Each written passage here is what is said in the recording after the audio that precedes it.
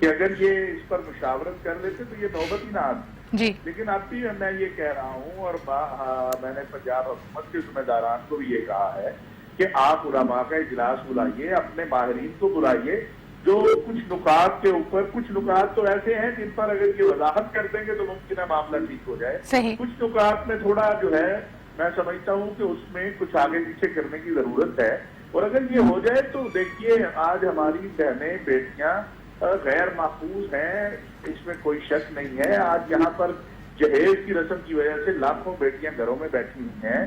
آج ہماری بیٹی جو ہے وہ اسکول نہیں جا سکتی. آپ کو پتہ ہے تعلیم کے اوپر کتنی بچیوں کی مسئلہ پیدا ہوا ہے, اور بہت سارے مسائل. آج یہاں طلاق کی ریشو 400% بڑھی ہے گزشتہ 2 سالوں میں. آخر یہ ہماری بیٹیاں ہیں, ہماری بہنیں ہیں, ہمارے گھروں کی عورتیں ہیں, تو ان کے تحفظ کی بات کرنا کوئی. شفیع صاحب تھوڑا سا اگر آپ کھل کر بیان کریں, جیسے عام طور پہ جو تنقید آئی ہے خاص طور پہ جماعت اسلامی کی طرف سے یا مولانا فضل الرحمان صاحب کی طرف سے, ان کا خیال یہ ہے کہ شاید اس کی وجہ سے ہمارا جو خاندانی اقدار ہیں وہ چیلنج ہوتی ہیں, اور خاص طور پہ یہ بھی کہ زن مریدی کا بھی الزام انہوں نے لگایا کہ ایک ایسا معاشرہ ہو جائے گا جہاں پہ زن مریدی عام ہو جائے گی. آپ اس کو کیسے دیکھتے ہیں؟ دیکھیے بات یہ ہے, میں تو چونکہ مولانا فضل الرحمان صاحب کا یہ چٹکلا ہے, اس پہ کیا تبصرہ کرے کہ زن مرید تو یہ اپنے گھروں میں سارے زن مرید ہیں. یہاں کون ہے جو زن مرید نہیں ہے اپنے گھر کے اندر تک؟ لیکن اس سے ہٹ کے سنجیدہ بات یہ ہے کہ بالکل اس میں جس طرح یہ 3 دن گھر سے نکل جانے والی بات ہے, یہ مجھے بتا دیں جو ہمارا معاشرہ ہے, جو ہمارا سماج ہے, یہاں پر اگر آپ خاوند کو 3 دن کے لیے باہر نکال دیں گے تو وہ آپ پھر اسے واپس کون لائے گا؟ اور وہ بیچاری جو ہے جو اس سے 3-4 بچے پیدا کر چکی ہوگی, اور وہ کہاں جائے گی پھر؟ اس وقت تو آپ نے اسے گھر دے دیا, لیکن کل کو یہ گھر تو اس خاوند کی ملکیت ہے, پھر کون اسے پروٹیکشن دے گا؟ تو یہ اسی طرح دوسری جو یہ کمیٹی بنا رہے ہیں, اس میں بھی ہمارا خیال یہ ہے کہ اس میں گھر والے ہونے چاہیے, ساس سسر ہو جائیں, ماں باپ ہو جائیں, اور اس پر جو یعنی اس میں مزید وضاحت کی گنجائش ہے. بالکل یہ بات کریں گے. ہمارے ساتھ فرزانہ باری صاحبہ بھی موجود ہے. فرزانہ صاحبہ, اکثر جب بات کی جاتی ہے خواتین کے حقوق کی تو ایک آواز, ایک سرٹن کوارٹر ہمارے یہاں یہ سمجھتا ہے کہ شاید یہ ایک ویسٹرن ایجنڈا ہے. آپ پہ بھی اکثر دفعہ یہ الزامات لگتے ہیں, آپ اس کو کیسے دیکھتی ہیں اور اس کی کیسے تردید کرتی ہیں؟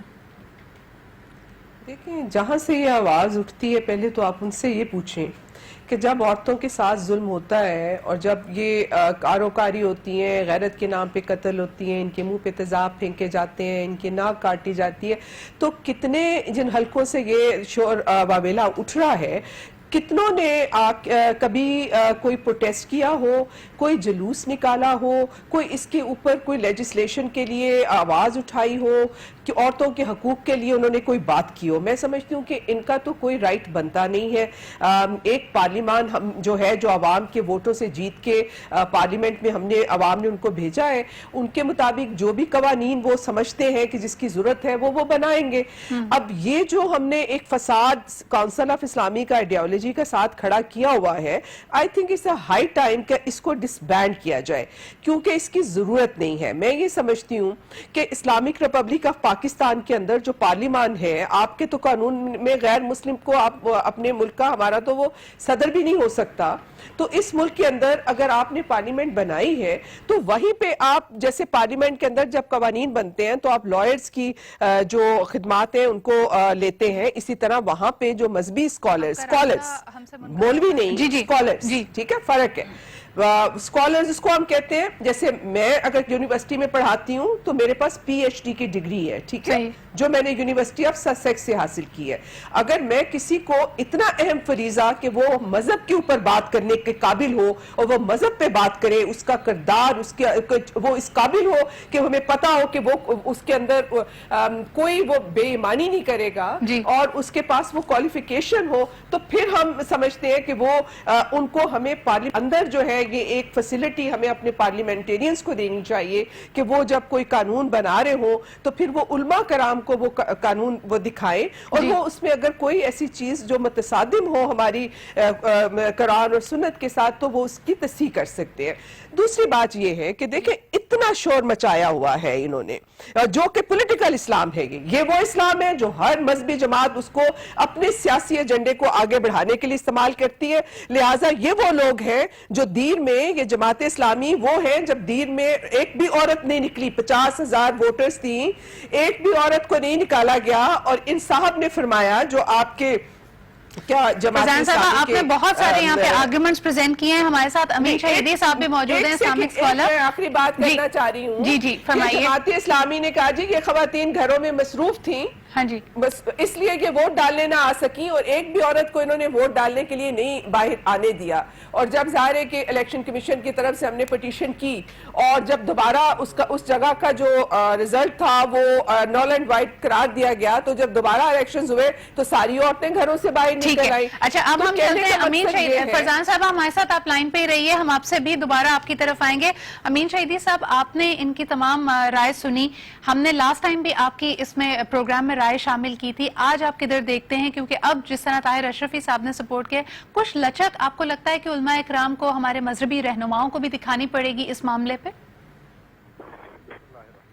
دیکھیے, میں نے اگر آپ کو یاد ہو پہلے پروگرام میں بھی یہ عرض کیا تھا کہ یہ شریعت کا مسئلہ نہیں ہے, زیادہ آپ کے کلچر کا مسئلہ ہے. شریعت نے اور دین نے خاتون کو جو آزادی دی ہے, جو حقوق دیے ہیں, یہ آپ کے یورپینز اور امریکیوں کے ماں باپ نے خواب میں بھی نہیں دیکھا جو آزادی اور حقوق شریعت نے دیے ہیں. لیکن مسئلہ یہ ہے کہ شریعت کے نام پر نشانہ بنایا جاتا ہے شریعت کو خراب کرنے کے لیے, دیندار طبقوں کو خراب کرنے کے لیے. عورت کی آزادی کے نام پر اس طرح کی موومنٹ اٹھائی جاتی ہے اور اس کو پروموٹ کیا جاتا ہے ان خواتین کے ذریعے سے جو خود یورپینز کے لیے اور امریکیوں کے لیے این جی اوز کی صورت میں ان ممالک میں کام کر رہی ہوتی ہیں.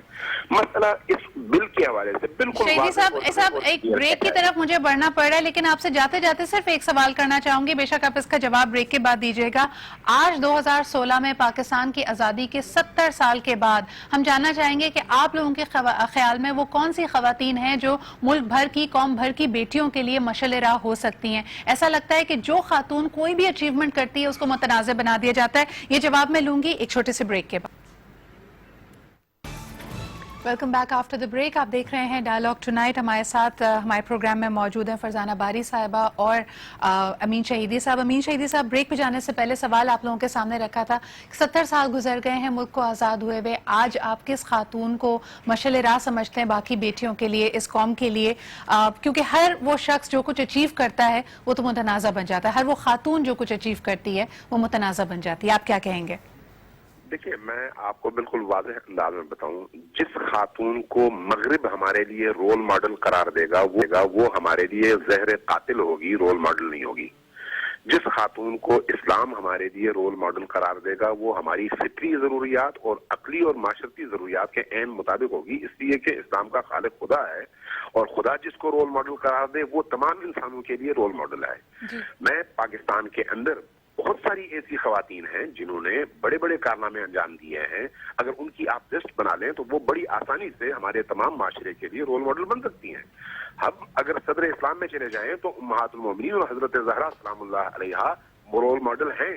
اگر آپ ان کو چھوڑ کر ان لوگوں کو رول ماڈل بنانا شروع کر دیں جن کو امریکہ چاہتا ہے, جن کو یورپین چاہتے ہیں, جس کے نتیجے میں آپ عورت کو ایک بکنے والی اور ننگی چیز بنا دیتے ہیں, تو یہ اس خاتون کی حرمت کی توہین ہے.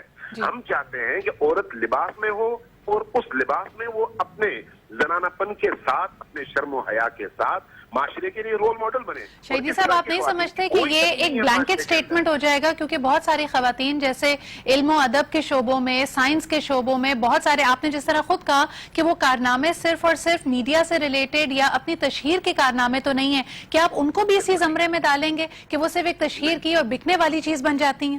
نہیں. جنہوں نے ادب کی خدمت کی ہے, جنہوں نے فکری حوالے سے لوگوں کی تربیت کی ہے, جنہوں نے تعلیم کے حوالے سے لوگوں کی خدمت کیا ہے, جنہوں نے سیاست کے میدان میں لوگوں کو ایک مثبت رخ دیا ہے, اگرچہ وہ خواتین ہیں ان کو رول ماڈل کے طور پر پیش کرنا چاہیے, لیکن یہ وہ خواتین ہیں جو آپ کی اپنی سرزمین کی پیداوار ہیں, نہ وہ جو امریکن اور مغربی سسٹم سے نکلی ہوئی ہیں, چونکہ وہ سسٹم آپ کی خاتون کو برہنہ کر دیتا ہے, اس کو حرمت نہیں دیتا. آج آپ دیکھ لیں نا, مغرب کے اندر خاتون کی حیثیت کیا ہے؟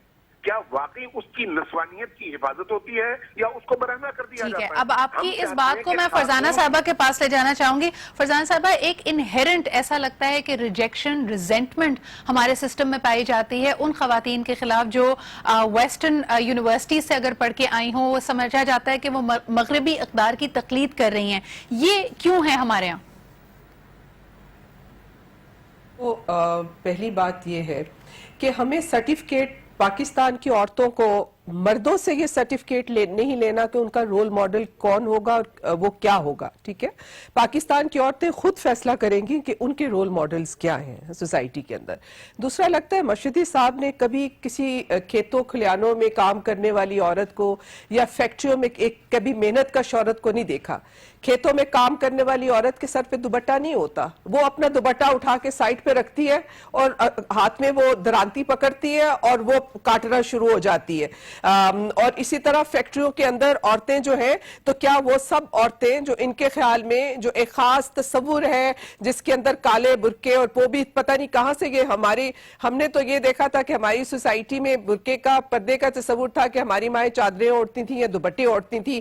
یہ جو حجاب اور نقاب اور پتہ نہیں سعودی عربیہ اور کہاں سے انہوں نے امپورٹ کر کے ہماری خواتین کے سروں پہ لاد دیے ہیں, اور جو بھی اس کالے اس میں فٹ نہیں ہوتی ہے وہ ان کے خیال میں ویسٹرن عورت ہے, بے حیا ہے. آپ جیسی عورتیں, میرے جیسی عورتیں جو سر نہیں ڈھانپتی ہیں وہ بے حیا ہیں, ان کا جو ہے ان کو ویسٹ کی ایجنٹ ہے. تو یہ جو تصورات ہیں یہ ختم ان کو کرنے ہوں گے. یہ ایک عورت, یہ سول لبرٹیز کی بات ہے. مثال کے طور پہ مرشدی صاحب نے داڑھی اگائی ہوئی ہے, بہت سارے ایسے مرد ہیں انہوں نے داڑھی نہیں رکھی ہوئی ہے.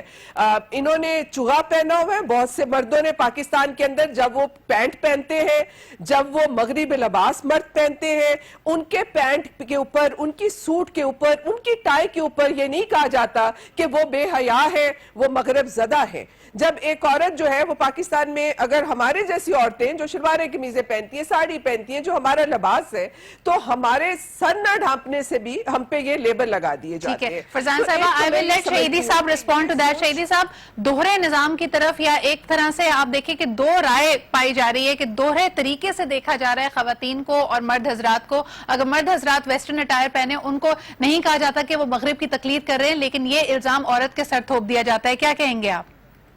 نہیں دیکھیں, ہمیں میرا خیال ہے بیلنس گفتگو کرنی چاہیے. ہم نہ اس عورت کو مانتے ہیں جو سر سے پیر تک برہنہ ہو اور مغربی کلچر کی حمایت کرے اور اس کی ریپرزنٹیٹیو ہو, اور نہ اس عورت کو مانتے ہیں جس کو زبردستی نقاب اوڑھا کر سر سے پیر تک سیاہپوش بنا دیا جائے.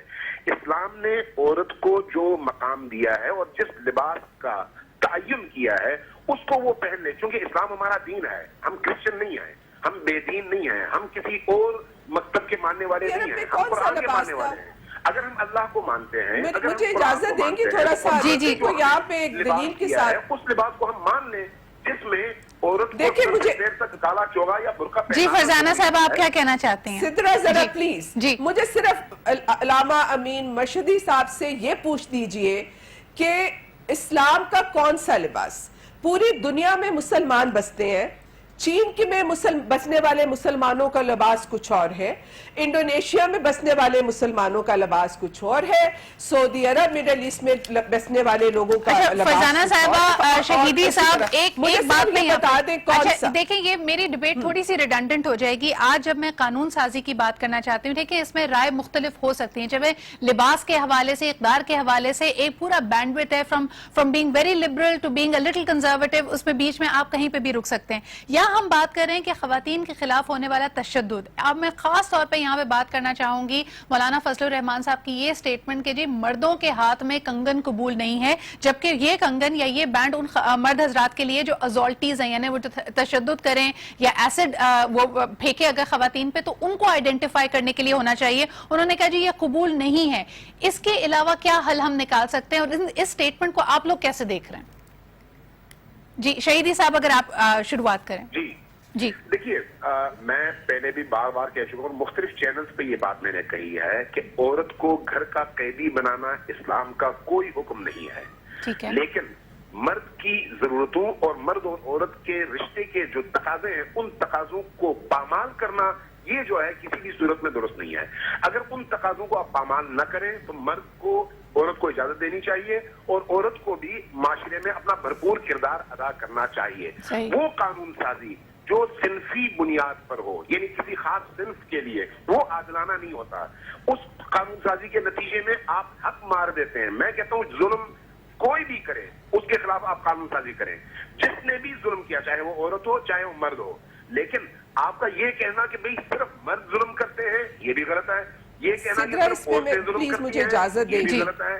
آپ نے اس معاشرے میں ایسی وارداتیں سنی ہیں جس میں عورت نے اپنے شوہر کو قتل کیا, اس کے لاش کے ٹکڑے کیے, فریج میں رکھا اور اس کے بعد آہستہ آہستہ نکال. قطع کلامی کی معافی چاہوں گی شہیدی صاحب, ایسے واقعات تو ہمیں خواتین کے حوالے سے بنسبت اگر عددی طور پہ دیکھا جائے تو آپ کو زیادہ مل جائیں گے. اور جہاں تک آپ کی بات رہی کہ خاص طور پہ قانون سازی صرف ایک صنف کے لیے کی جائے وہ غلط ہے, تو اگر ہم قرآن حکیم کی طرف بھی دیکھتے ہیں تو خاص طور پہ سورہ نساء خواتین کے حقوق کے حوالے سے ان کا کیا رائٹس بنتے ہیں اس کے حوالے سے بہت زیادہ تفصیلاً یعنی بیان کرتی ہے. تو یہ تو اللہ تعالیٰ کا حکم ہے کہ وہ خواتین کے حقوق کی یعنی میرے خیال میں بھرپور طریقے سے اس کو عیاں کرتا ہے. فرزانہ صاحبہ اس پہ رسپونڈ کرنا چاہتی, میں آپ کے پاس دوبارہ آؤں گی. جی فرزانہ صاحبہ.